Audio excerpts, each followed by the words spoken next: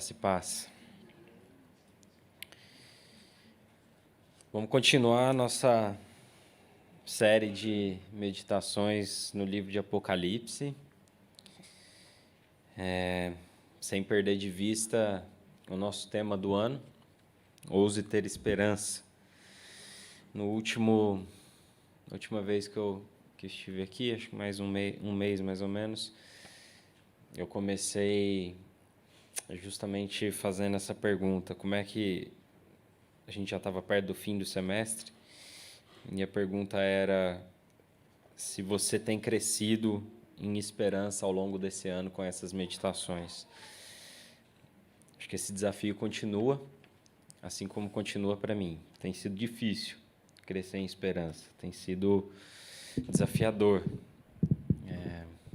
As coisas à minha volta, e em particular as coisas dentro de mim, não apontam nesse sentido.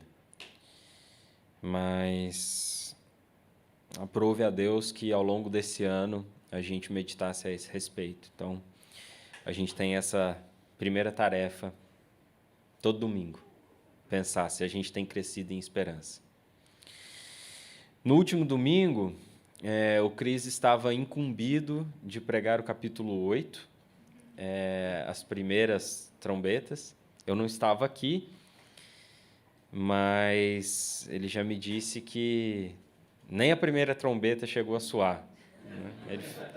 Ele ficou no interlúdio, na abertura do último selo. E é curioso que o versículo 1 diz que após a abertura do último selo houve silêncio. E aparentemente foi isso que houve, porque as trombetas não soaram. Então, 4 trombetas soariam domingo passado, mais 2 hoje. Então, a gente vai ouvir 6 de uma vez só. E a última fica para depois, porque o texto faz umas divisões assim. Assim como foi no caso dos selos, né? Teve esse padrão também, 4, 2 e 1. E com as trombetas vai ser assim também. Mas o ponto central, ele passou pelos 6 primeiros versículos do capítulo 8. E o ponto central nesses 6 primeiros versículos é que a abertura do último selo, esse silêncio que há diante da abertura do último selo, é um silêncio de adoração, um silêncio de reverência, de devoção, reverência diante do que estava por vir, reverência diante da revelação que estava por vir, e é uma revelação dura, uma revelação de juízo. Mas nesse interlúdio entre esse silêncio que há no céu e o próprio soar das trombetas, há uma palavra muito preciosa de Deus para nós, que é: Deus ouve a oração do seu povo. Deus ouve a oração, em particular aquela oração que o Cris chamou na última semana de orações imprecatórias. Aquelas orações que o povo de Deus faz pedindo por justiça. E o texto diz que Deus responde essa oração.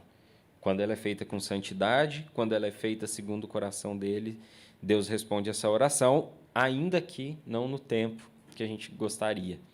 Muitas vezes a gente não tem a resposta de Deus momentânea para essas orações, mas um dia essa resposta virá. Seja no tempo ou na eternidade, essa resposta virá, porque Deus julgará com justiça todo o mal feito contra o povo dele. Bom, isso é os 5, 6 primeiros versículos do capítulo 8. Aí, a partir do versículo 6, particularmente do 7, a gente tem a revelação propriamente dita das trombetas. E a gente vai ler um trecho um pouco mais longo hoje. Nós vamos ler o trecho inteiro, que eu acho que é importante que a gente tenha, que a gente sinta o peso do texto e o peso da revelação como um todo, para que o próprio texto fale conosco. Portanto, a gente vai iniciar a leitura no versículo 6 do capítulo 8 e vai até o 21 do capítulo 9. Tá? Aí estão, esse é o relato das 6 trombetas, e é a respeito desse relato que nós vamos meditar nessa manhã. Tudo bem? Então, abra aí sua Bíblia no versículo 6 do capítulo 8 e vamos fazer essa leitura integral com bastante atenção. E, em particular, eu deixo um desafio. Tente imaginar aí na sua cabeça cenas, imagens e eventos, episódios do Antigo Testamento que se parecem com o que a gente vai ler agora. Cenas, imagens, episódios do Antigo Testamento que se parecem com o texto que a gente vai ler agora. O texto diz assim: Então, os 7 anjos que tinham as 7 trombetas prepararam-se para tocá-las. O primeiro anjo tocou a sua trombeta, e granizo e fogo, misturado com sangue, foram lançados sobre a terra. Foi queimado 1/3 da terra, 1/3 das árvores e toda a planta verde. O segundo anjo tocou a sua trombeta, e algo como um grande monte em chamas foi lançado ao mar. 1/3 do mar transformou-se em sangue. Morreu 1/3 das criaturas vivas do mar, e foi destruído 1/3 das embarcações. O terceiro anjo tocou a sua trombeta, e caiu do céu uma grande estrela, queimando como tocha, sobre 1/3 dos rios e das fontes de águas. O nome da estrela é Absinto. Tornou-se amargo 1/3 das águas, e muitos morreram pela ação das águas que se tornaram amargas. O quarto anjo tocou a sua trombeta, e foi ferido 1/3 do sol, 1/3 da lua e 1/3 das estrelas, de forma que 1/3 deles escureceu. 1/3 do dia ficou sem luz e 1/3 da noite. Enquanto eu olhava, ouvi uma águia que voava pelo meio do céu e dizia em alta voz: Ai, ai, ai dos que habitam na terra, por causa do toque das trombetas que está prestes a ser dado pelos outros 3 anjos. O quinto anjo tocou a sua trombeta e viu uma estrela que havia caído do céu sobre a terra. A estrela foi dada a chave do poço do abismo. Quando ela abriu o abismo, subiu dele fumaça como a de uma gigantesca fornalha. O sol e o céu escureceram com a fumaça que saía do abismo. Da fumaça saíram gafanhotos que vieram sobre a terra, e lhes foi dado poder, como o dos escorpiões da terra. Eles receberam ordens para não causar dano nem à relva da terra, nem a qualquer planta ou árvore, mas apenas àqueles que não tinham o selo de Deus na testa. Não foi-lhes dado poder para matá-los, mas sim para causar-lhes tormento durante 5 meses. A agonia que eles sofreram era como a da picada do escorpião. Naqueles dias, os homens procurarão a morte, mas não a encontrarão. Desejarão morrer, mas a morte fugirá deles. Os gafanhotos pareciam cavalos preparados para a batalha. Tinham sobre a cabeça algo como coroas de ouro, e o rosto deles parecia rosto humano. Os cabelos deles eram como os de mulheres e os dentes como os de leão. Tinham couraças como couraças de ferro, e o som das suas asas era como o barulho de muitos cavalos e carruagens correndo para a batalha. Tinham caudas e ferrões como de escorpiões, e na cauda tinham poder para causar tormento aos homens durante 5 meses. Tinham um rei sobre eles, o anjo do abismo, cujo nome em hebraico é Abaddon e em grego Apolion. O primeiro ai passou, 2 outros ais ainda estão por vir. O sexto anjo tocou a sua trombeta, e ouvi uma voz que vinha das pontas do altar de ouro que está diante de Deus. Ela disse ao sexto anjo que tinha a trombeta: solte os 4 anjos que estão amarrados junto ao grande rio Eufrates. Os 4 anjos que estavam preparados para aquela hora, dia, mês e ano, foram soltos para matar 1/3 da humanidade. O número dos cavaleiros que compunham os exércitos era de 200 milhões. Eu ouvi o seu número. Os cavalos e os cavaleiros que vi em minha visão tinham este aspecto. As suas couraças eram vermelhas como fogo, azul escuras e amarelas como um enxofre. A cabeça dos cavalos parecia a cabeça de um leão, e da boca lançavam fogo, fumaça e enxofre. 1/3 da humanidade foi morto pelas 3 pragas de fogo, fumaça e enxofre que saíam das suas bocas. O poder dos cavalos estava na boca e na cauda, pois as suas caudas eram como cobras, tinham cabeças como as quais feriam as pessoas. O restante da humanidade que não morreu por essas pragas, nem assim se arrependeu das obras das suas mãos. Eles não pararam de adorar os demônios e os ídolos de ouro, prata, bronze, pedra e madeira, ídolos que não podem ver, nem ouvir, nem andar.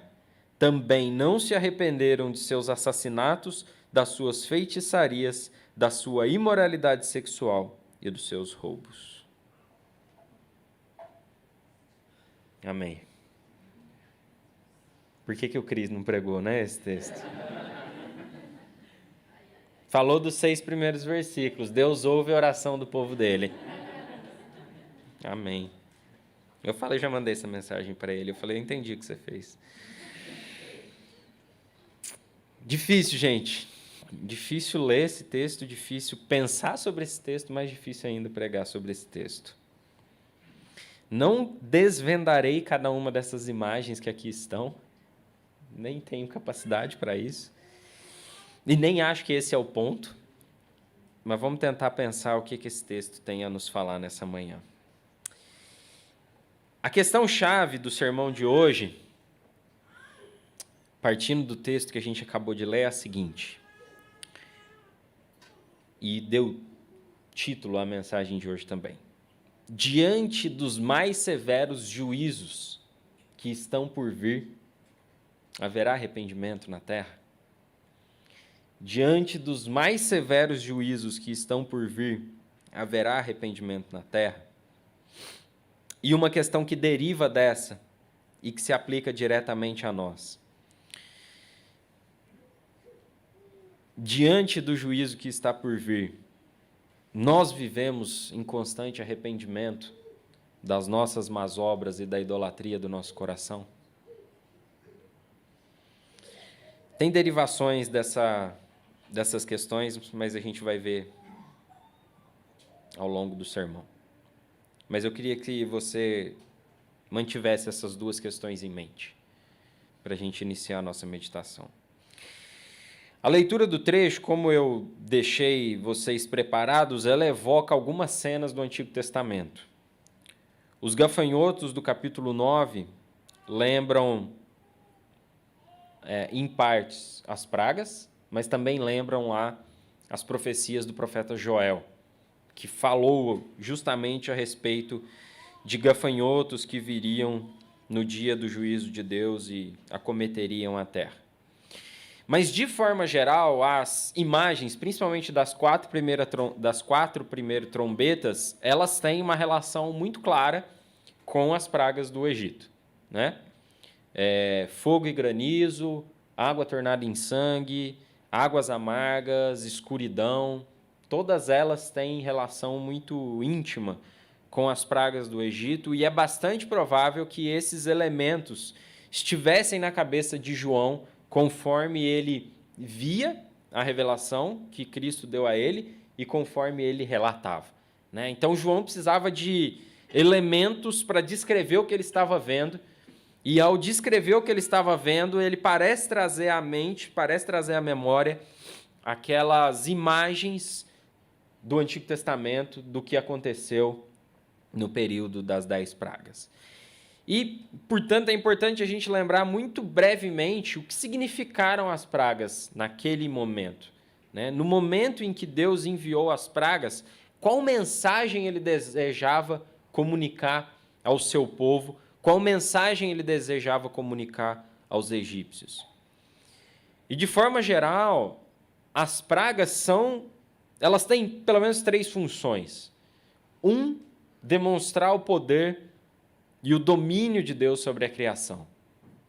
Então, Deus faz com a luz do dia o que Ele quer, Ele faz com as águas o que Ele quer, Ele faz com os seres vivos o que Ele quer. Deus tem domínio absoluto sobre a sua criação, Ele tem poder absoluto sobre a sua criação. Mas, em segundo lugar, as pragas também demonstram a fragilidade dos deuses egípcios. E aí tem uma série de pessoas que estudaram isso já ao longo da história e demonstraram como diversas pragas, ou praticamente todas elas, respondiam de alguma forma à idolatria do povo egípcio. Cada uma daquelas pragas tinha uma relação muito íntima com a idolatria que havia no meio daquele povo, e, portanto, era uma forma de Deus mostrar não só o domínio dele, mas a fragilidade dos outros deuses, a futilidade dos outros deuses. E, em terceiro lugar, as pragas demonstram também a dureza do coração de uma pessoa principalmente, a dureza do coração de Faraó. Faraó que, mesmo diante do sofrimento do seu povo, que mesmo diante do sofrimento da sua terra, da sua nação, não se curvou diante do domínio do Deus que enviava aquelas pragas. E aí é interessante a gente comparar isso com o que dizem os versículos 20 e 21 do capítulo 9 que a gente acabou de ler, que mesmo diante de todo esse juízo, não houve arrependimento na terra. Então, assim como Faraó não se curvou, as pessoas também não se curvarão diante da manifestação do poder de juízo e do julgamento de Deus. Mas a gente já vai voltar a esse ponto. Eu queria só traçar esse pano de fundo e essa comparação breve entre as pragas e o que sucederá ao soar das trombetas. Agora, vamos voltar um pouquinho, então. O que cada uma dessas trombetas traz, eu não vou tratar uma por uma, eu vou tratar elas em dois grandes blocos. Observe que da primeira à quarta trombeta, e isso está no final do capítulo 8,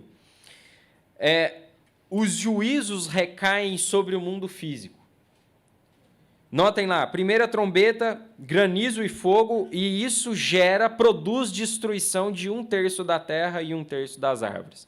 A segunda trombeta, um monte de chamas é lançado ao mar, e aí morre 1/3 das criaturas do mar e 1/3 das embarcações.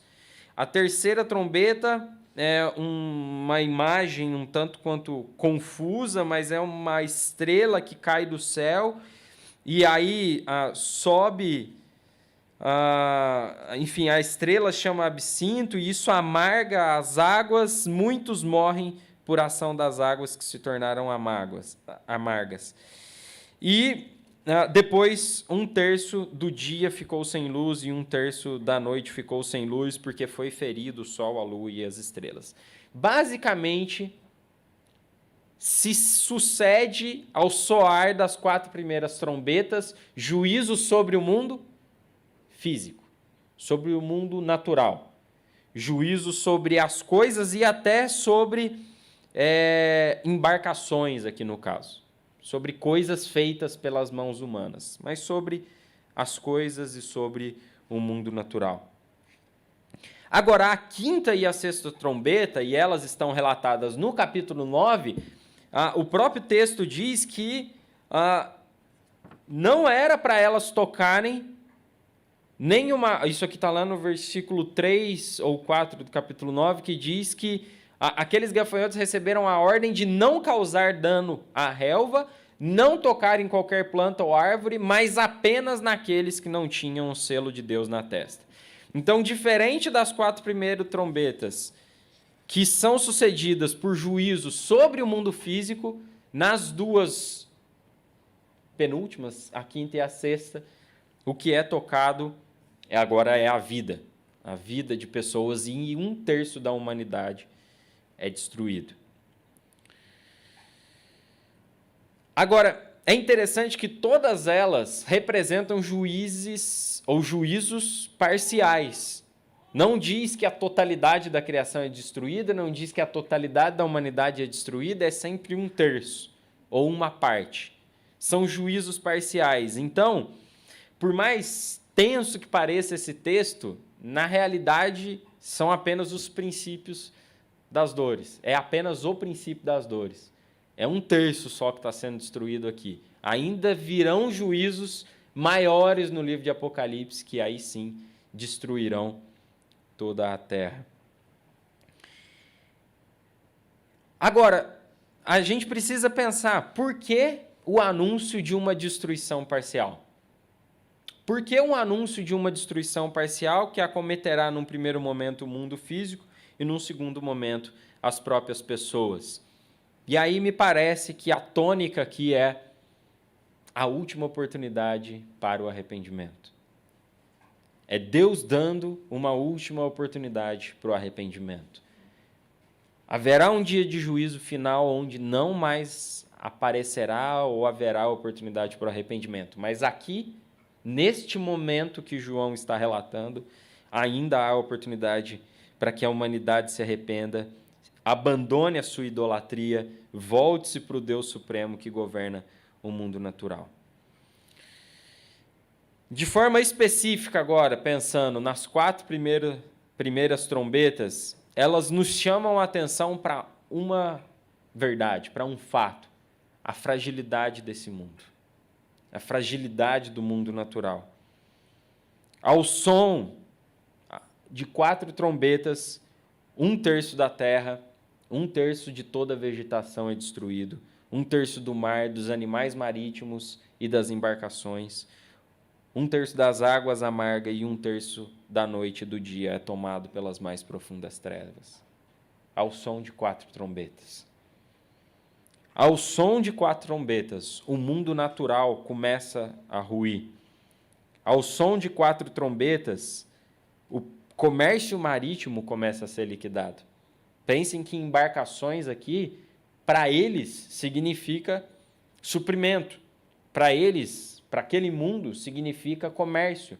Significa um meio de subsistência e de gerar riqueza.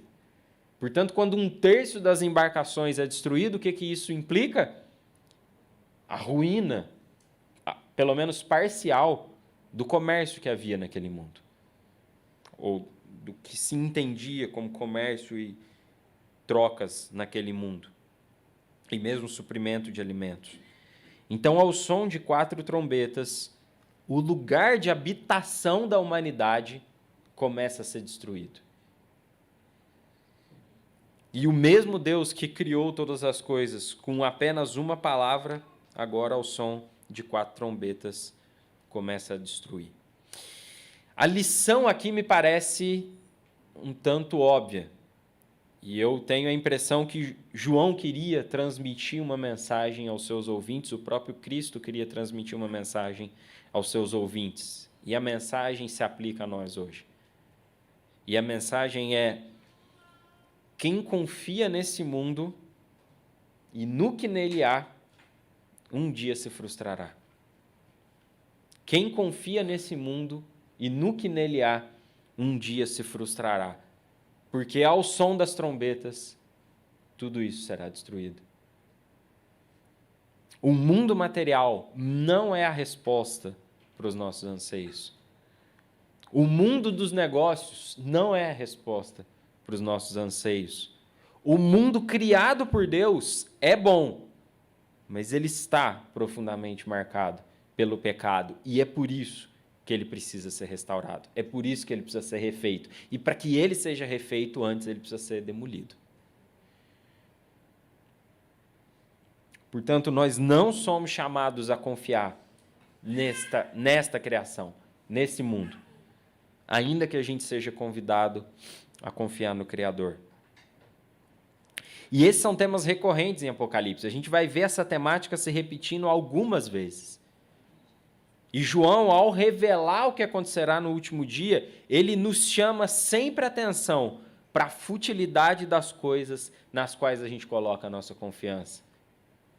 No capítulo 18, quando João falar da queda da grande Babilônia, a gente vai ver cada uma das esferas do mundo caindo.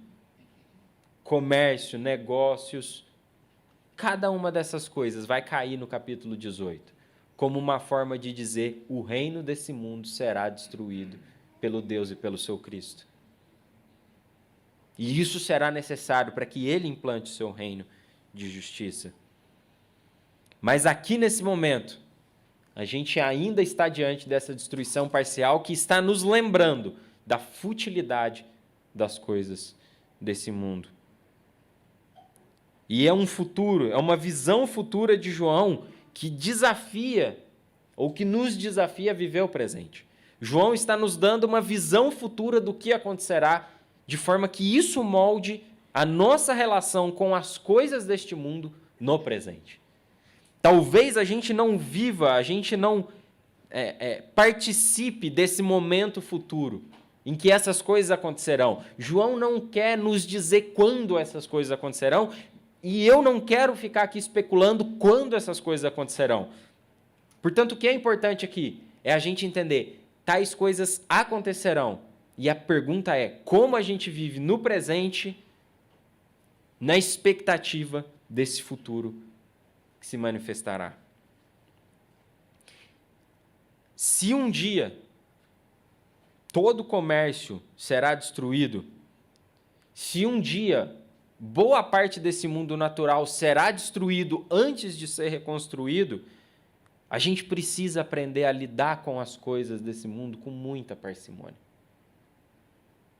Se um dia tudo aquilo que a gente se esforça para construir será destruído, a gente precisa aprender a lidar com essas coisas com muito cuidado. A gente não pode ir ao extremo de dizer, bom, um dia Deus vai destruir mesmo todas as coisas, portanto, vamos abusar delas até a última gota. Se um dia Deus vai destruir a terra, não temos nenhuma responsabilidade sobre ela. Se um dia Deus vai aniquilar todo o sistema de negócios que a gente construiu, então não faz nenhum sentido a gente viver embaixo desse sistema. Não é assim. Porque a gente sempre precisa equilibrar a revelação entre a destruição que irá acontecer e o que Deus vai fazer. É que eu não posso adiantar, mas lá no final Deus vai fazer novas todas as coisas. E quando Deus faz novas todas as coisas, Ele diz, está vendo? Aquilo que eu fiz lá atrás era bom, portanto eu vou refazer. Para refazer eu preciso demolir. Agora, quem vai demolir? Não sou eu. Porque quem tem poder de fazer novas todas as coisas? Não sou eu. Portanto, você não está autorizado a usar com desdém aquilo que Deus te deu para usar. Você não está autorizado a lidar com a terra da forma como você bem entende. Você não está autorizado a lidar com a criação como você bem entende. Por quê? Porque você não tem poder para destruir e reconstruir. Esse poder só pertence a Deus. A única coisa que você tem e que eu tenho é o papel da administração. Só isso que eu sei fazer. Faço mal pra caramba, mas é isso que a gente precisa aprender a fazer. É cuidar daquilo que Deus nos deu para cuidar. Agora, é cuidar daquilo que Deus nos deu para cuidar com uma consciência. E qual é a consciência? Não vai viver eternamente. Não vai permanecer. Essas coisas que Deus nos deu para administrar não irão conosco pela eternidade. Deus vai destruir tudo isso antes de reconstruir e fazer novo. É muito difícil lidar com as coisas dessa forma. É muito difícil. Cuidar sem se apegar. Né? É o que eu estava conversando ontem com o Rodrigo, né? A consciência do dono e embaixador que o Paul Tripp trabalha lá no livro do Desafio aos Pais. Né? Você não é dono do seu filho. Você está mais por embaixador. Você tem a responsabilidade dada por Deus de cuidar, de administrar, de educar, de preparar ele para viver nesse mundo, mas não é seu.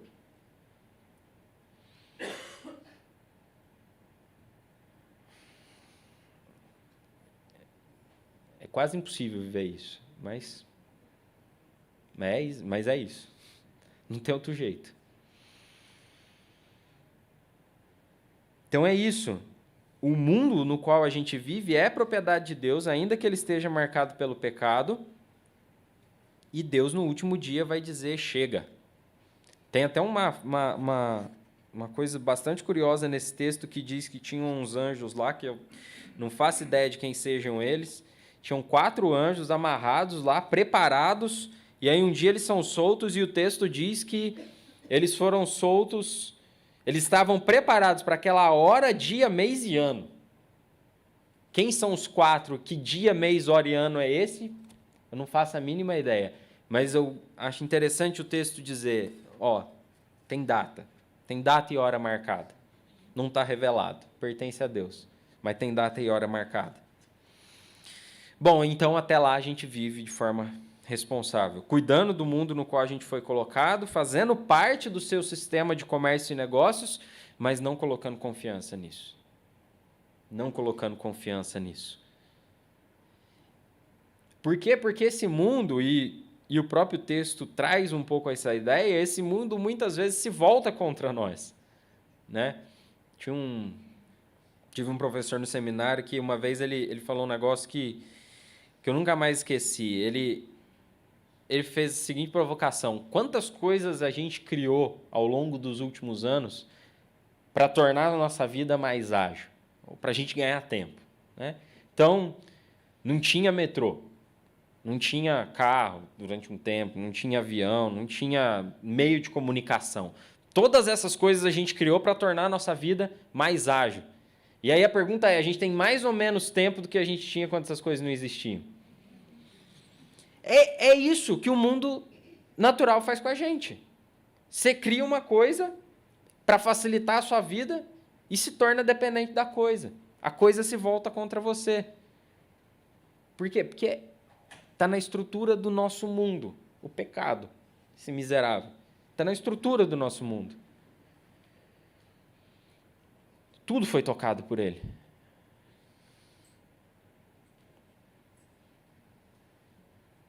Então, uma carta, você mandava uma carta, demorava 7, 10, 15 dias para chegar, e você ficava mais ou menos ansioso do que você fica com uma mensagem instantânea. Olha as coisas que o pecado faz com a gente, né? Demorava 15 dias para chegar, você não ficava ansioso. A mensagem instantânea que chega em 1 segundo, em 1 milésimo de segundo, te deixa ansioso. E assim por diante. Então, o ponto aqui é, não dá para confiar. Não dá para confiar.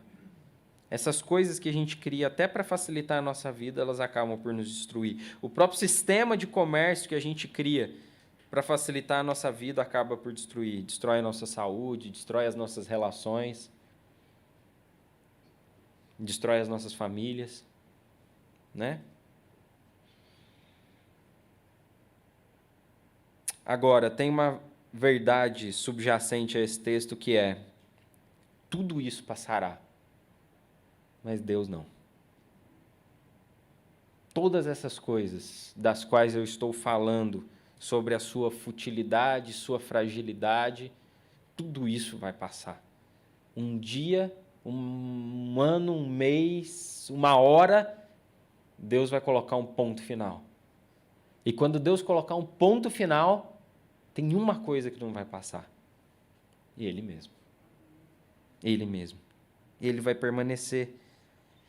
Então, se não dá para colocar confiança em nenhuma dessas coisas, tem um lugar e uma pessoa que a gente pode pôr a nossa confiança. É no Deus que criou todas essas coisas. É no Deus que tem todas essas coisas na sua mão. E é por isso que a gente precisa ousar ter esperança nele. Quando as coisas deste mundo forem destruídas, Deus permanecerá.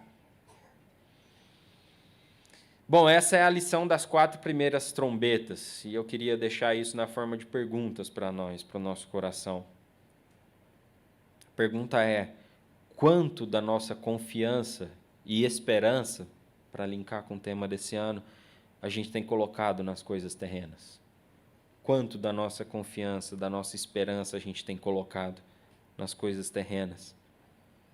A gente tem consciência de que a aparência desse mundo um dia passará e de que as nossas melhores obras não são capazes de transformá-lo totalmente? Às vezes a gente gasta um tempo danado da nossa vida tentando transformar esse mundo, tentando transformar pessoas, só que tudo isso vai passar. A gente não tem poder para transformar essas coisas em essência. Bom, vamos para a 5ª e para a 6ª trombetas. A 7ª, como eu disse, vem só depois. E se as 4 primeiras são difíceis, a 5ª e a 6ª, então, nem se fala. Diferente das 4 primeiras trombetas, que tocaram principalmente o mundo físico e as relações terrenas, A quinta e a sexta trombeta anunciam a morte de 1/3 da humanidade. A linguagem aqui, gente, é muito dura. As figuras são muito intensas. É gafanhoto que parece escorpião, é cavalo que parece cobra. Assim, são figuras intensas, duras, mas não é para menos. Jesus está falando aqui sobre coisas muito sérias, sobre coisas da mais elevada importância. E quando o livro de Apocalipse ele trata de coisas da mais elevada importância, ele não usa figuras só para fazer terrorismo psicológico com a gente, né? A gente lia quando era criança e ficava assustado com esse monte de figura, mas não é isso que João quer fazer com a gente. Ele não quer fazer terrorismo psicológico com a gente. Ele está usando figuras duras como essas porque não tem outro jeito dele falar, não tem outro jeito dele transmitir uma mensagem com a importância da mensagem que ele está transmitindo. João não está falando que a semana que vem vai ser ruim para você. João não está falando que você tem uma doença muito ruim. João está falando que a humanidade está fadada à destruição. Ele está dizendo que a humanidade está fadada ao juízo. Não tem como ele usar imagens simplórias, não tem como ele usar imagens amenas, simpáticas. Ele precisa usar e falar de forma séria, porque a realidade a respeito da qual ele está falando é muito dura. Tem uma frase antiga do Piper, que talvez eu já até tenha citado aqui, mas que sempre me vem à mente nessas horas, que ele diz que Jesus usava palavras duras para falar a respeito de realidades severas. Jesus usava palavras duras para falar a respeito de realidades severas. E é isso que o amor faz, o oposto é bajulação. João poderia nos bajular, João poderia nos enganar com as suas palavras, mas não, ele optou por usar imagens e figuras bastante duras. Por quê? Porque ele está falando sobre uma realidade que é muito severa e que a gente precisa estar atento. E é difícil para mim falar isso, eu não tenho a autoridade que João tinha para falar, e eu me vejo entre aqueles que precisam ser alertados pela realidade do texto. E a realidade do texto é: o juízo de Deus é certo e é avassalador. O juízo de Deus é certo e é avassalador. Eu não posso me esconder dessa mensagem. E eu estou entre aqueles que precisam ouvir essa mensagem. Ainda mais porque o texto de hoje ainda é um chamado ao arrependimento. O texto de hoje revela fatos e momentos em que o chamado ainda é o arrependimento. 1/3 da humanidade será destruído nesse momento, mas isso ainda é manifestação da misericórdia de Deus, porque Ele está dando oportunidade aos outros 2/3 para se arrepender. Ainda é um chamado ao arrependimento. É uma destruição ainda não completa. E é um texto que nos choca. Por quê? Porque mesmo diante do que está aqui relatado, mesmo diante da morte de 1/3 da humanidade, mesmo diante de muito sofrimento, mesmo diante de tortura de gafanhotos, o restante da humanidade que é acometido por isso não se arrepende. Eu fico chocado com esses versículos 20 e 21. Não há conversão, não há arrependimento. Aqueles que sempre viveram na idolatria e no pecado, seguem vivendo na idolatria e no pecado, mesmo diante do juízo mais severo de Deus. E ao fazer isso, o que o texto está trazendo à tona? O que o texto está escancarando diante de nós? A dureza do coração humano. E, gente, não é o seu coração, não é o meu coração tão duro quanto dessas pessoas?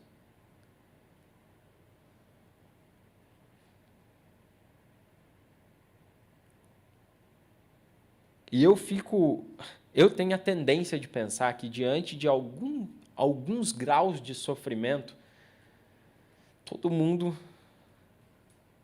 uma hora, fala: não, desisto. E o que o texto está falando é: não. Nem o pior juízo é capaz de converter o coração humano. Nem o pior juízo é capaz de converter o coração humano. E aí eu me pergunto, como eu me converti? Não é juízo, foi graça de Deus. Nem a pior manifestação de juízo, nem a pior tortura é capaz de converter o coração humano. Aí você para e pense qual não foi o tamanho da graça de Deus que alcançou seu coração e transformou seu coração. Né? É isso que esse texto está nos contando. Esse texto está nos dizendo, juízo não serve para converter coração humano. É a graça de Deus que converte. É a graça de Deus que transforma. É a graça de Deus que quebranta. Mas o juízo de Deus é uma realidade que um dia vai se manifestar. E as pessoas que não forem alcançadas pela graça de Deus não serão alcançadas pelo juízo de Deus. Não se curvarão diante do juízo de Deus.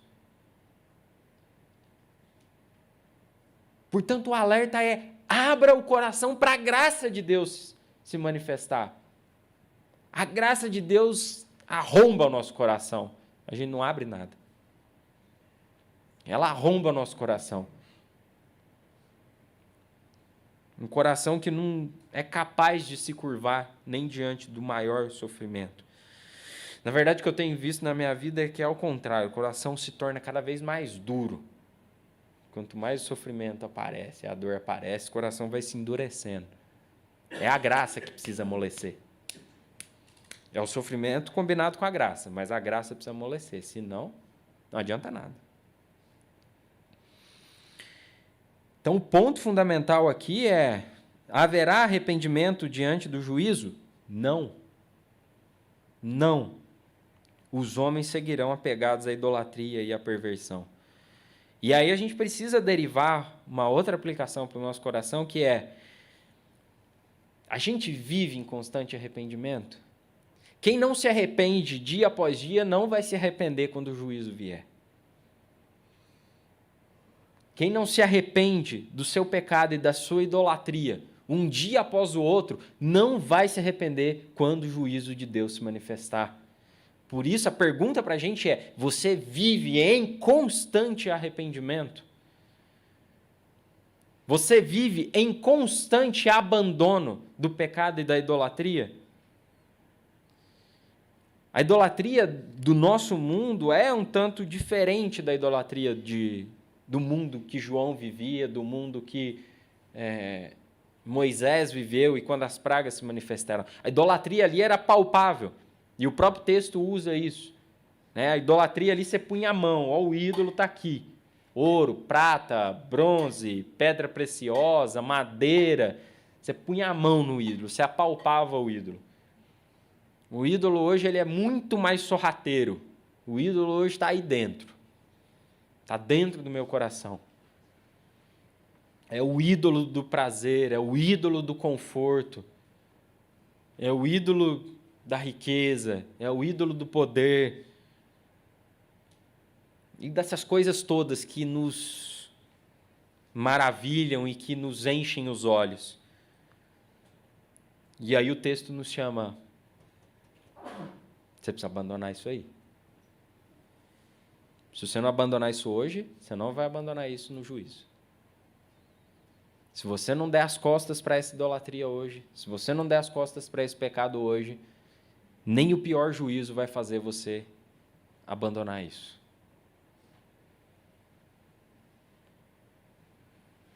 Eu acho que é isso que esse texto está querendo fazer com a gente. É nos chamar a atenção para uma realidade futura, onde o juízo de Deus vai se manifestar e não haverá conversão, e dizer: então, está na hora. Está na hora.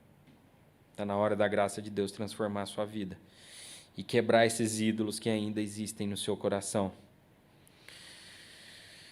Então, gente, a questão aqui não é quando essas coisas acontecerão, a questão aqui é como estará o nosso coração quando essas coisas acontecerem.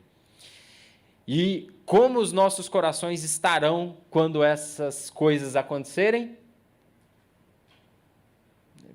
Pode ser que eles estejam nossos corações como eles estão hoje. Portanto,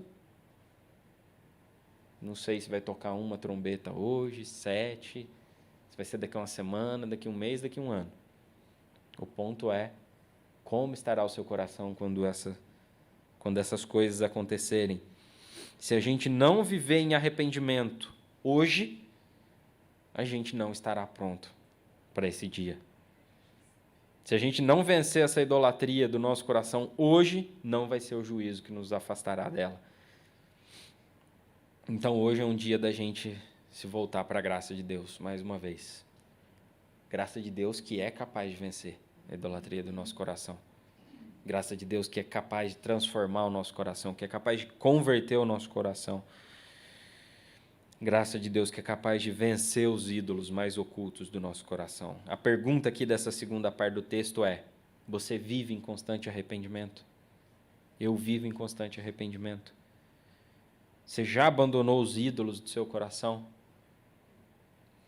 Se as trombetas soarem, como a gente vai ser encontrado? Não é para fazer terrorismo, não, mas é a realidade nua e crua. Não posso me esconder. João não pôde se esconder. Então, as 4 primeiras trombetas nos lembram a futilidade desse mundo físico, do mundo natural e das coisas desse mundo. Diante da futilidade das coisas desse mundo, a pergunta para nós é: onde a gente tem colocado a nossa confiança? A 5ª e a 6ª trombeta nos lembram que nem o pior juízo é capaz de converter o nosso coração da idolatria, do pecado e da imoralidade. É preciso que a graça de Deus faça essa obra na nossa vida, e ela faz isso produzindo arrependimento. Portanto, a pergunta é: a gente tem vivido em constante arrependimento? Essas são as 2 verdades desse texto para o nosso coração, e eu queria que a gente orasse a esse respeito agora.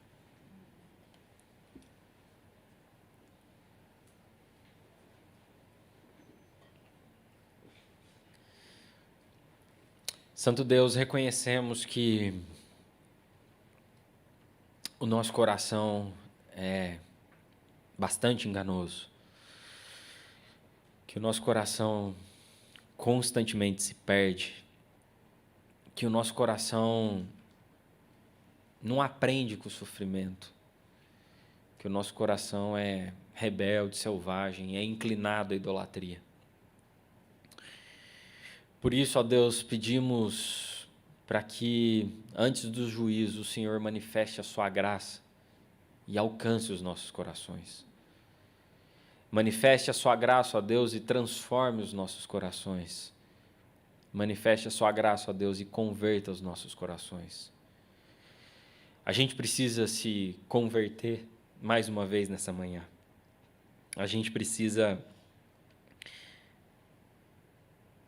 ser transformado pelo Senhor mais uma vez nessa manhã. Ó Deus, nos ensina a não colocarmos a nossa confiança nas coisas fúteis desse mundo.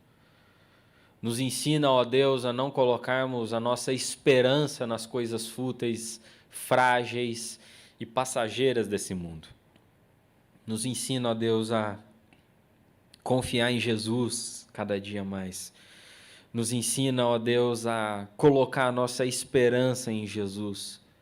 Que a gente ouse ter esperança, ainda que a realidade à nossa volta aponte na direção contrária.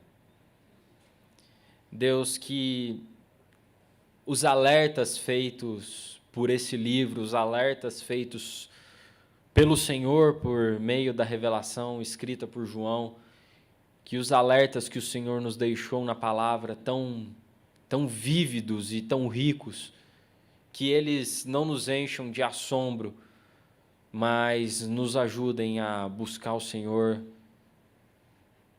que esses alertas nos ajudem a nos inclinarmos ao Senhor e não aos ídolos, que esses alertas nos ajudem a nos voltarmos para Jesus. Ele é o nosso Salvador, Ele fez uma obra maravilhosa na cruz, Ele derramou a sua graça e Ele deseja nos transformar a cada dia de forma que a gente viva em arrependimento e em transformação de vida. Faça isso em nós, ó Deus, nós não temos poder. Faça isso nos nossos corações. Nada, na verdade, tem poder para transformar as nossas vidas, a não ser o Senhor. E é por isso que nós pedimos por graça, aqui e agora. É a nossa oração no nome de seu Filho Jesus. Amém. Bom, hoje é domingo de ceia. Então, vamos abrir a nossa Bíblia mais uma vez, lá em 1 Coríntios, capítulo 11.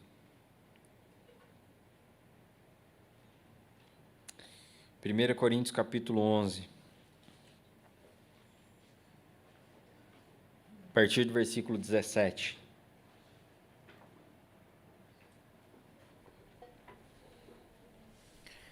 Primeira Coríntios, capítulo 11, a partir do versículo 17.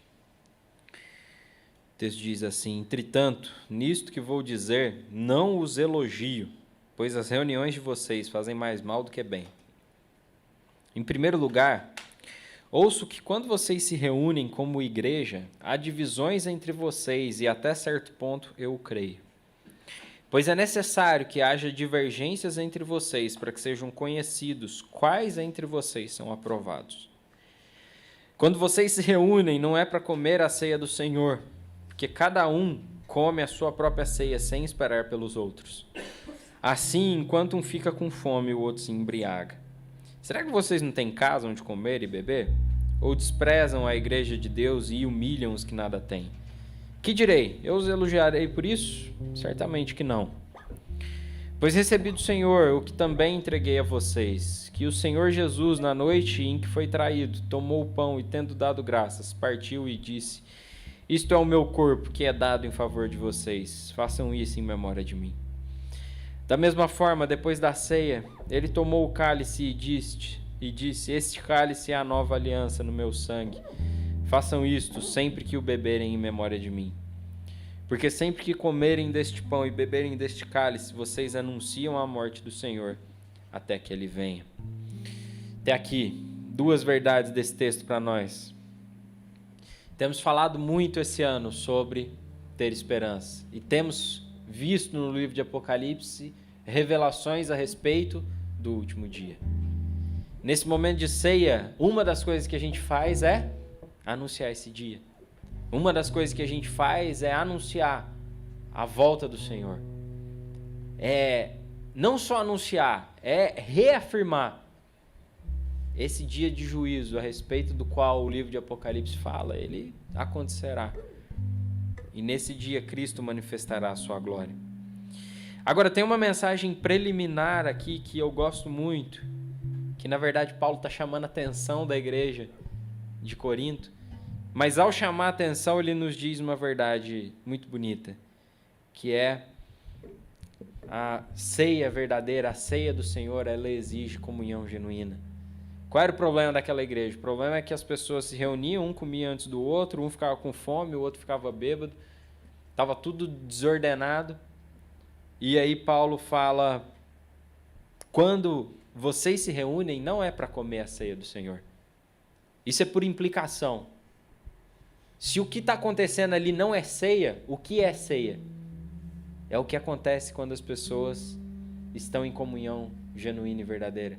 É o que acontece quando as pessoas, naquele caso, se reuniam, esperavam, partilhavam uns com os outros e então anunciavam juntamente a volta do Senhor até que Ele venha.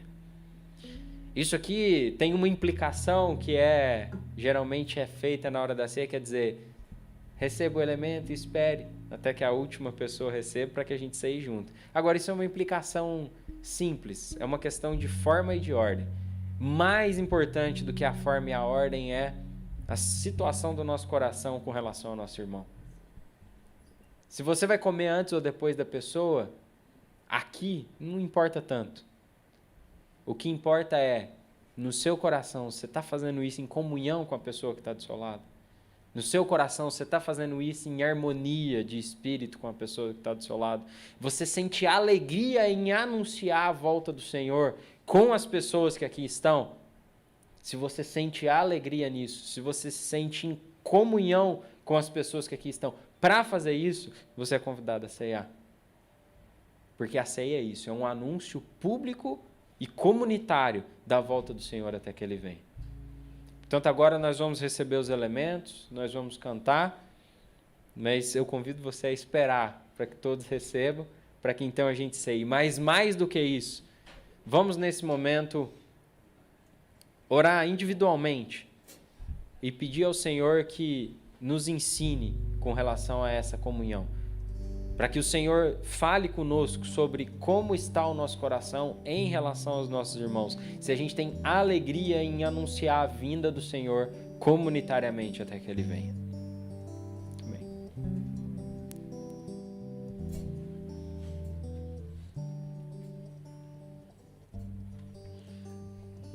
À medida que vocês receberem o pão e o vinho, vamos nos colocar de pé.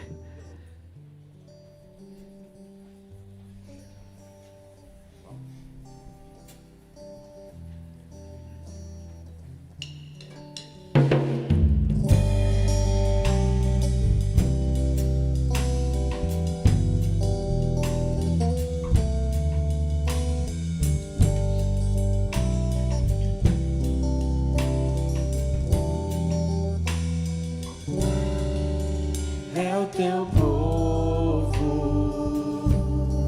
aqui presente,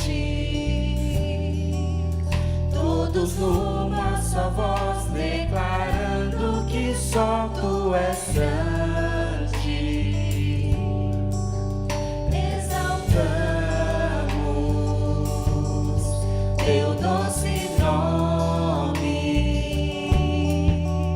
pelo amor, pela cruz, por seu Filho Jesus, pois é santo, sim, és digno de louvor e de ser adorado. És bondoso, Pai querido, entre todas as coisas tu és verdadeiro, Senhor.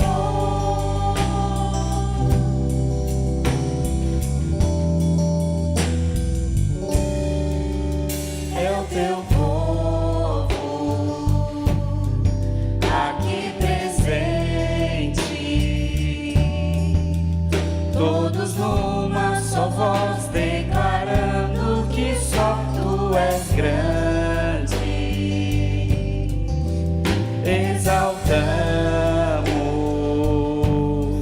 teu doce nome, pelo amor, pela cruz, por seu Filho Jesus, pois é santo, sim, és digno de louvor e de ser adorado. És bondoso, Pai querido, entre todas as coisas tu és verdadeiro, pois és santo, sim, és digno de louvor e de ser adorado.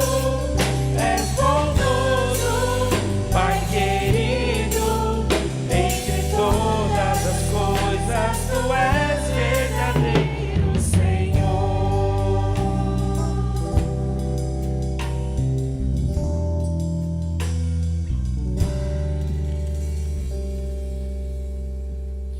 Todos receberam? Vamos orar com o Gui e então a gente participa. Senhor Deus, obrigado, ó Pai, pelo sacrifício do Teu Filho Jesus ali naquela cruz, ó Pai. Obrigado pelo Teu corpo, pelo sangue de Cristo derramado ali. Obrigado, Pai, por essa obra tão maravilhosa, ó Pai, que foi realizada pelo Teu Filho Jesus, que morreu no nosso lugar, ó Pai. Nós deveríamos morrer, ó Pai, por conta do nosso pecado, mas Ele morreu, ó Pai, no nosso lugar. E nós, nesse momento, nós queremos relembrar desse sacrifício e louvar ao Senhor, ó Deus. Relembrar, ó Pai, não apenas do sacrifício, mas da ressurreição de Cristo Jesus, que venceu a morte e nos tornou filhos de Deus, ó Pai, os seus filhos, herdeiros da vida eterna, ó Pai, herdeiros de uma vida em eterna adoração ao Senhor, ó Deus.